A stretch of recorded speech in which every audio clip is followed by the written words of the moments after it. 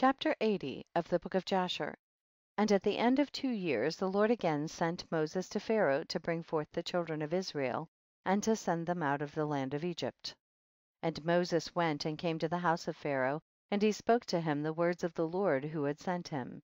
But Pharaoh would not hearken to the voice of the Lord, and God roused his might in Egypt upon Pharaoh and his subjects, and God smote Pharaoh and his people with a very great and sore plagues. 3. And the Lord sent by the hand of Aaron, and turned all the waters of Egypt into blood, with all their streams and rivers. 4. And when an Egyptian came to drink and draw water, he looked into his pitcher, and behold all the water was turned into blood. 5. And when he came to drink from his cup, the water in the cup became blood. 6. And when a woman kneaded her dough and cooked her victuals, their appearance was turned to that of blood. 7. And the Lord sent again and caused all their waters to bring forth frogs, and all the frogs came into the house of the Egyptians. 8. And when the Egyptians drank, their bellies were filled with frogs, and they danced in their bellies as they dance when in the river. 9. And all their drinking water and cooking water turned to frogs. Also when they lay in their beds, their perspiration bred frogs. 10. Notwithstanding all this, the anger of the Lord did not turn from them, and his hand was stretched out against all the Egyptians to smite them with every heavy plague. 11. And he sent them and smote their dust to lice, and the lice became in Egypt to the height of 2 cubits upon the earth.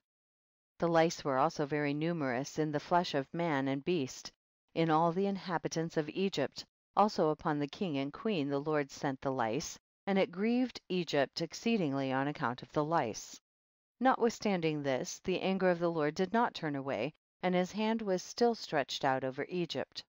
And the Lord sent all kinds of beasts of the field into Egypt, and they came and destroyed all Egypt, man and beast, and trees and all things that were in Egypt. 15. And the Lord sent fiery serpents, scorpions, mice, weasels, toads, together with others creeping in dust, flies, hornets, fleas, bugs, and gnats, each swarm according to its kind. 16.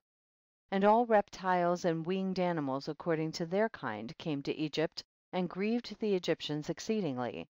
And the fleas and flies came into the eyes and ears of the Egyptians. 18. And the hornet came upon them and drove them away, and they removed from it into their inner rooms, and it pursued them. 19. And when the Egyptians hid themselves on account of the swarm of animals, they locked their doors after them, and God ordered the Salonoth, which was in the sea, to come up and go into Egypt. 20. And she had long arms, 10 cubits in length of the cubit of a man. 21. And she went upon the roofs and uncovered the raftering and flooring and cut them, and stretched forth her arm into the house, and removed the lock and the bolt, and opened the houses of Egypt. 22. Afterward came the swarm of animals into the house of Egypt, and the swarm of animals destroyed the Egyptians, and it grieved them exceedingly. 23. Notwithstanding this, the anger of the Lord did not turn away from the Egyptians, and his hand was yet stretched forth against them. 24. And God sent the pestilence, and the pestilence pervaded Egypt, in the horses and asses, and in the camels and herds of the oxen and sheep, and in man. 25. And when the Egyptians rose up early in the morning to take their cattle to pasture, they found all their cattle dead. 26.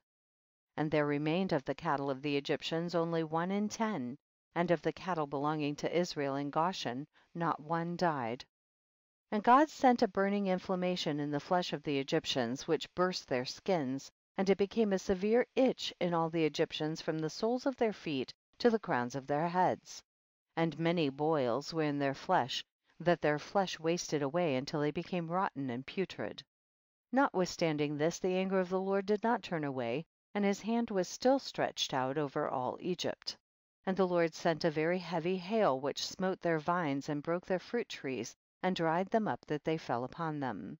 31. Also every green herb became dry and perished, for a mingling fire descended amidst the hail, therefore the hail and the fire consumed all things. 32. Also men and beasts that were found abroad perished of the flames of fire and of the hail, and all the young lions were exhausted. 33. And the Lord sent and brought numerous locusts into Egypt, the chazal, salam, chargol, locusts each of its kind, which devoured all that the hail had left remaining. 34. Then the Egyptians rejoiced at the locusts, although they consumed the produce of the field, and they caught them in abundance and salted them for food. And the Lord turned a mighty wind of the sea, which took away all the locusts, even those that were salted, and thrust them into the Red Sea. Not one locust remained within the boundaries of Egypt. And God sent darkness upon Egypt, that the whole land of Egypt and Pathros became dark for 3 days, so that a man could not see his hand when he lifted it to his mouth. At that time died many of the people of Israel who had rebelled against the Lord, and who would not hearken to Moses and Aaron, and believed not in them that God had sent them. And who had said, we will not go forth from Egypt, lest we perish with hunger in a desolate wilderness, and who would not hearken to the voice of Moses. And the Lord plagued them in the 3 days of darkness, and the Israelites buried them in those days without the Egyptians knowing of them or rejoicing over them. And the darkness was very great in Egypt for 3 days, and any person who was standing when the darkness came remained standing in his place, and he that was sitting remained sitting, and he that was lying continued lying in the same state, and he that was walking remained sitting upon the ground in the same spot.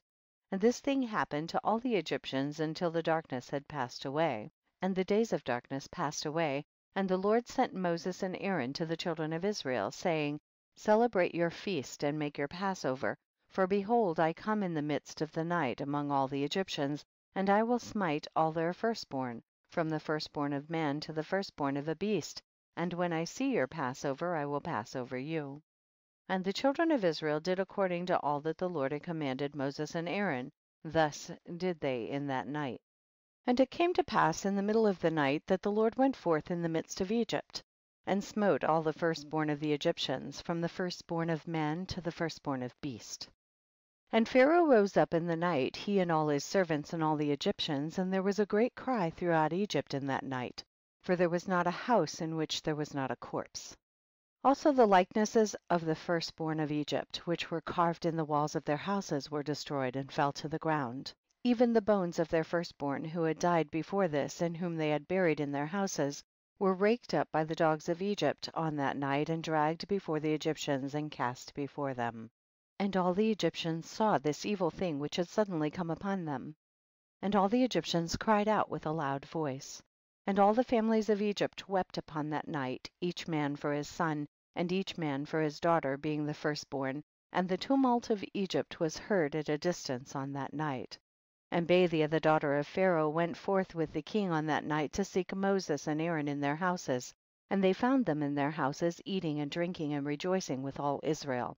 And Bathia said to Moses, is this the reward for the good which I have done to thee, who have reared thee and stretched thee out, and thou hast brought this evil upon me and my father's house?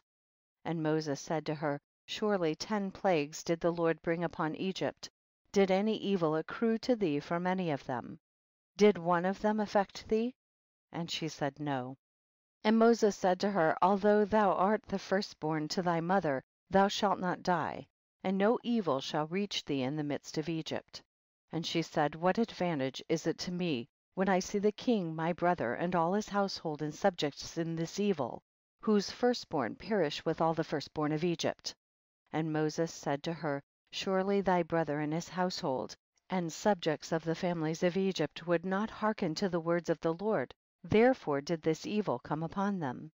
And Pharaoh king of Egypt approached Moses and Aaron, and some of the children of Israel who were with them in that place, and he prayed to them, saying, rise up, take your brethren, all the children of Israel who are in the land, with their sheep and oxen, and all belonging to them. They shall leave nothing remaining, only pray for me to the Lord your God. And Moses said to Pharaoh, behold, thou art thy mother's firstborn, yet fear not, for thou wilt not die. For the Lord has commanded that thou shalt live, in order to show thee his great might and strong stretched out arm. And Pharaoh ordered the children of Israel to be sent away, and all the Egyptians strengthened themselves to send them, for they said, we are all perishing.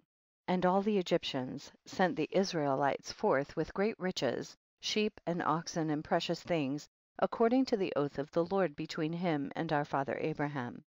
And the children of Israel delayed going forth at night, and when the Egyptians came to them to bring them out, they said to them, are we thieves, that we should go forth at night?